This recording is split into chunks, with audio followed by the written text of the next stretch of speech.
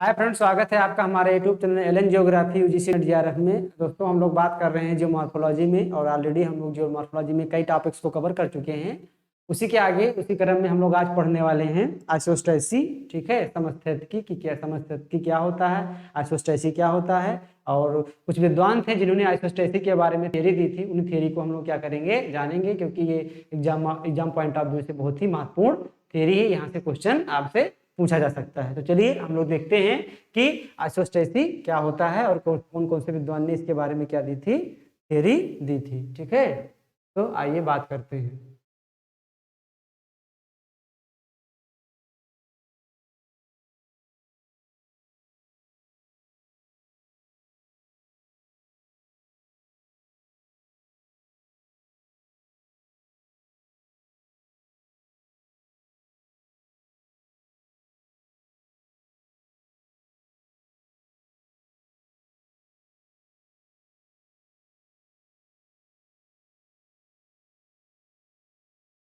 Theory of isostasy, चलिए इसी पे हम लोग बात करते हैं।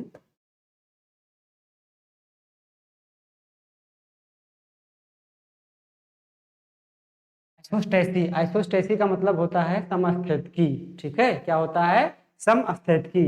तो जो ये आइसोस्टेसी वर्ड है, इसका सबसे पहली बार किसने यूज किया था, तो एक अमेरिकन स्कॉलर थे जिनका नाम था डटन। तो 1800 में डटन महोदय ने क्या किया, पहले इस शब्द का प्रयोग किया। ठीक है, अब आइए देखते हैं कि है क्या आइसोस्टेसी, किसे कहते हैं। तो isostasy simply means a mechanical stability between the upstanding parts and low lying basin on a rotating earth. यानी ये कह रहे हैं आइसोस्टेसी का मतलब क्या होता है, तो जो आइसोस्टेसी है यानी घूमती हुई पृथ्वी, यानी रोटेट करती हुई पृथ्वी पर जो क्या है, ये आपके अब स्टैंडिंग पार्ट है, यानी जो कुछ उठे हुए भाग हैं, उठे इन द सेंस कि कुछ क्या है, पर्वत हैं, कुछ क्या है, पठार हैं, एंड कुछ क्या है, लो लाइंग बेसिन है। लो लाइंग बेसिन का मतलब क्या हुआ, जैसे बहुत सारे महासागर हैं जो गहरे हैं या बहुत सारे गर्त हैं।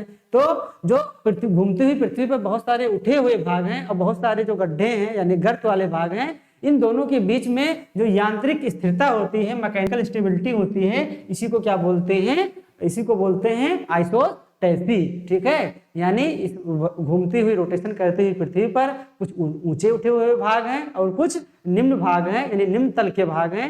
उन दोनों के बीच में जो यांत्रिक स्थिरता होती है, ठीक है, उसी को क्या बोलते हैं, आइसोस्टेसी बोलते हैं। ठीक है, क्या बोलते हैं, आइसोस्टेसी।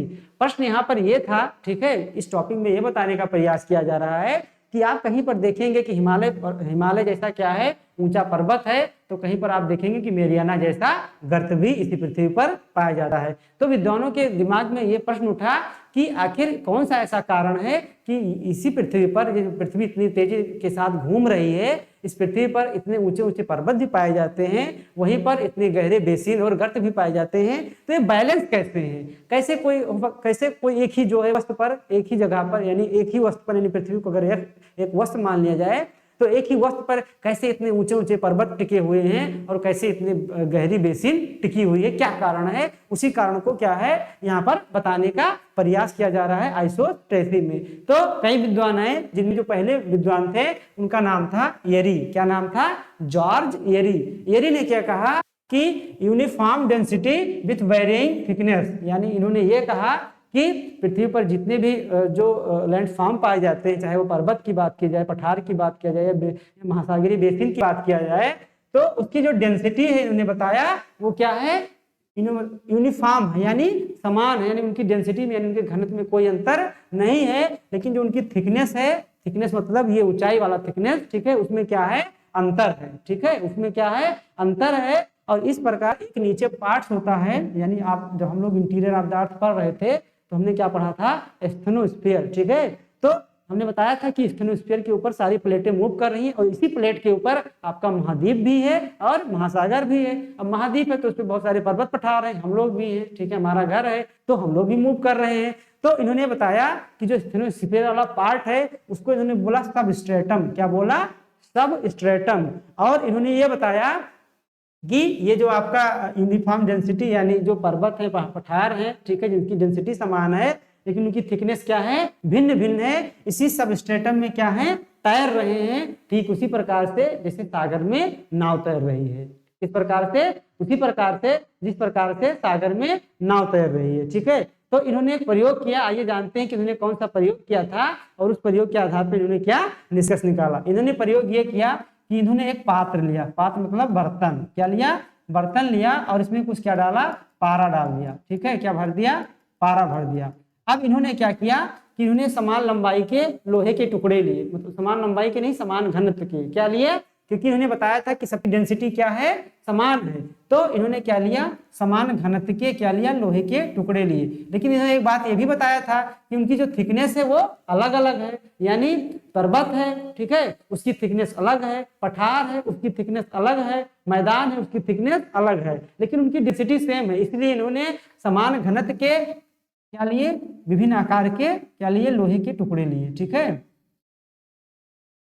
ये लिए। ठीक है, लेकिन इनका घनत्व इन्होंने बताया, क्या बताया था, समान है। जब इन्होंने पारे में इसको डुबाया तो ये क्या थे, सभी आसानी से क्या कर रहे थे, फ्लोट कर रहे थे, तैर रहे थे। इन्होंने तैराव का नियम जो देखा था वो किससे दिया, इन्होंने तैराव के नियम के आधार पे इसको क्या किया था, बताने का प्रयास किया था। हालांकि इन्होंने अप्लाई नहीं किया था, लेकिन तैराव के नियम के आधार पे ही इन्होंने ये बात क्या थी, सोची थी कि क्या है कि अगर घनत्व सबका समान है और थिकनेस क्या है, सबकी अलग अलग है, इसीलिए क्या कर रहे हैं कि जो मैदान आपका बहुत ही लो लाइंग है, लेकिन अगर पर्वत आपका बहुत ऊंचा है, फिर भी वो लोग आपस में क्या है, उनके घनत्व समान होने के कारण वो लोग आराम से फ्लोट कर रहे हैं और मैकेनिकल स्टेबिलिटी अर्थ पे बनी हुई है। ठीक है, तो इन्होंने किस नियम को नियम को देखकर बताया था अपना नियम, तैराव के नियम में। तैराव के नियम में ये होता है कि जैसे पानी है, ठीक है, ये पानी है, अगर इसमें आप नाव चल रही है या एक बर्फ का टुकड़ा इससे तैर रहा है, आइसबर्ग तैर रहा है, तो तैराव के नियम में यह देखा जाता है कि कोई भी चीज जो इसमें तैर रही होती है उसका अगर एक भाग क्या होता है, ऊपर होता है, और इसका 9वां भाग यानी 1/9 भाग क्या होता है, नीचे जल में डूबा रहता है। उसी को अगर इनके इस पे थ्योरी पे अप्लाई किया जाए तो इनके अनुसार ये देखा जाएगा कि आपका हिमालय पर्वत कितना ऊंचा है, 8,848 मीटर लगभग क्या है, ऊंचा है। ठीक है, 8,848 मीटर क्या है, ऊंचा है, यानी 8,848 मीटर इसका ऊपर भाग हो गया, तो उसका अगर हम 9 गुना कर देंगे तो आप सोच सकते हैं इनके अकॉर्डिंग, एरी महोदय के अकॉर्डिंग इसका 9 अगर भाग कर देंगे तो पता नहीं कितना 1000 किलोमीटर हो जाएगा। वो क्या रहेगा, इस जो ये आपका अर्थ का ऊपरी यानी सबस्ट्रेटम का ऊपरी भाग है इसके ऊपर रहेगा, बाकी सारा पोर्शन क्या रहेगा, नीचे रहेगा। क्योंकि इन्होंने यही बताया था कि डेंसिटी सबकी समान है, ठीक है, लेकिन जो थिकनेस है वो क्या है, अलग अलग है। यानी आपका जो पठार होगा वो कम थिकनेस वाला होगा, लेकिन जो पर्वत होगा वो जितना ऊपर होगा उसी सबस्ट्रेटम के नीचे होगा। क्योंकि इन्होंने किसको ध्यान में दिया था, तैराव के नियम को ध्यान में रखा था। ठीक है, इसीलिए इनकी थियरी क्या कह दी गई, गलत बताई गई कि अगर आप ऐसे कह रहे हैं कि थिकनेस अलग अलग है, ठीक है, और घनत्व समान है, तो जो आपका हिमालय पर्वत है अगर है तो उसको अगर 9वां पार्ट इस सबस्ट्रेटम के नीचे रहेगा तब तो नीचे का सारा भाग पिघल गया होगा। क्या हो गया होगा, पिघल गया होगा। तो ये कैसे टिका हुआ है, बस इतनी सी बात आपको क्या करनी है, इसमें जानने की जरूरत है। और इसी पर क्या हो गया, इनका आलोचना हो गया कि ऐसी बात नहीं है। लेकिन इनकी आलोचना भले ही हो गई, लेकिन आपको क्या करना है, इसको याद रखना है क्या कही थी और इनकी आलोचना किस आधार पर की गई। जब इनकी आलोचना कि ऐसा नहीं है कि सबकी डेंसिटी समान है और थिकनेस क्या है, अलग अलग है, तो और एक विद्वान आए, कौन आए, प्राट महोदय आए, और प्राट महोदय ने क्या किया कि इनके सिद्धांत में क्या किया, सुधार किया और अपना एक नया सिद्धांत दिया। एक बात किया जिसको बोला इन ऑफ कंपनसेशन, जिसको हिंदी में बोलते हैं क्षतिपूर्ति रेखा। इन्होंने ये बताया, ठीक है, आइए देखते हैं इन्होंने क्या कहा। इन्होंने ये कहा कि जो आपका अर्थ है, अर्थ के नीचे एक लाइन है जिसको इन्होंने क्या बताया, लाइन ऑफ कंपनसेशन, यानी क्षतिपूर्ति की रेखा। इस लाइन के ऊपर किसी भी जो आपका लैंडफॉर्म है, चाहे पर्वत हो या पठार हो, उसके घनत्व में अंतर आ सकता है, लेकिन इस लाइन के नीचे सभी, चाहे वो पर्वत हो चाहे पठार हो, किसी भी लैंडफॉर्म के घनत्व में अंतर नहीं आएगा। ठीक है, इसीलिए इन्होंने एक स्टेटमेंट दिया कि bigger the column larger the density. इन्होंने बताया कि जिस भी लैंडफॉर्म का स्तंभ यानी जो जितना ऊंचा होगा उसका घनत्व क्या होगा, उतना कम होगा, and smaller the column greater the density, जो जितना छोटा होगा उसका घनत्व उतना ही अधिक होगा। जैसे मान लीजिए यहाँ पर क्या है, एक पर्वत है, तो पर्वत बड़ा है तो इसका घनत्व क्या होगा, कम होगा। इसके बाद आ जाइए पठार पे, पठार इससे थोड़ा का घनत्व क्या होगा, इसकी तुलना में ज्यादा होगा। मैदान सबसे छोटा हो तो मतलब मैदान की जो हाइट है, मोटाई होती है वो सबसे कम होती है, तो इसकी डेंसिटी क्या होगी, ज्यादा होगी। यानी जैसे जैसे आप मैदान की तरफ आएंगे जो आपका डेंसिटी है वो क्या होगा, बढ़ेगा। क्योंकि इन्होंने क्या बताया है कि bigger the column larger the density, यानी कॉलम जिसका बड़ा होगा उसकी डेंसिटी क्या होगी, कम होगी, ठीक है। और smaller the column greater the density, और जो जितना छोटा होगा उसकी डेंसिटी क्या होगी, उतनी ही अधिक होगी।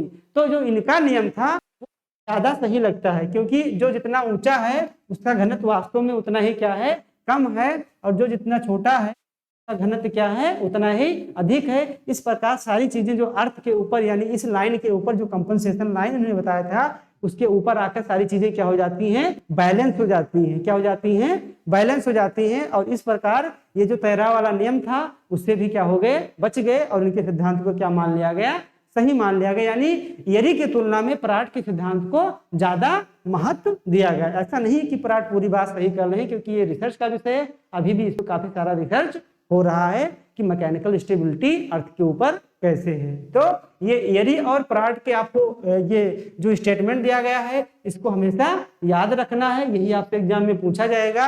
जो कहानी आपको बताई गई है ये सिर्फ आपको क्या है, समझना है कि इनकी बात को कैसे हम क्या करेंगे, अप्लाई करते हैं। इनके बाद कुछ और आइसोस्टेसी के बारे में बताया, तो उनके आपको क्या करने हैं, नाम जानने हैं, उनकी थियरी को डिटेल में नहीं पढ़ना है। जैसे एक नाम आया आपका हिस्कैनन, ठीक है, कौन आए, हिस्कैनन आए। हिस्कैनन ने क्या किया, जो यरी और पराट की थियरी थी इन दोनों थियरियों को आपस में मिलाया और एक तीसरी थियरी दिया। तो ये आपको याद रखना है कि ऐसे क्वेश्चन पूछ ले कि कौन से ऐसे विद्वान थे जिन्होंने यरी और पराट के सिद्धांत को क्या किया था, आपस में मिक्स किया था और उसके आधार पर एक नया थियरी दिया था आइसोस्टेसी के बारे में। तो आपका क्या सही हो जाएगा, हिस्कैनन। उसके बाद इसमें कौन आया, महोदय भी आए और जोली आए, यानी इन्होंने भी अपना सिद्धांत दिया और हिस्कैनन ने भी क्या दिया, अपना एक सिद्धांत दिया। जो ये हेफोर्ड एंड बोबी थे, इनका जो सिद्धांत है ये पराट के सिद्धांत से मिलता जुलता है। किससे, पराट के सिद्धांत से कुछ मिलता जुलता है। तो इतनी बातें आपको आइसोस्टेसी में क्या करनी है, याद रखनी है। अगर आप इतनी बातें याद रखते हैं तो यूजीसी इससे बाहर क्वेश्चन आपसे नहीं पूछ पाएगा। ये मेरा क्या है, दावा है। बस आपको क्या करनी है, जो बातें यहाँ पर आपको बताई गई हैं उसको याद करना है, ठीक है। और कोई भी चीज जो आपको नहीं समझ में आए वो आप कमेंट सेक्शन में जरूर बताइए कि सर हमको समझ में नहीं आया है, उसको अगले वीडियो में बताने का आपको क्या किया जाएगा, प्रयास किया जाएगा। तो आज के लिए इतना ही, मिलते हैं नेक्स्ट टॉपिक से, ठीक है। Thank you.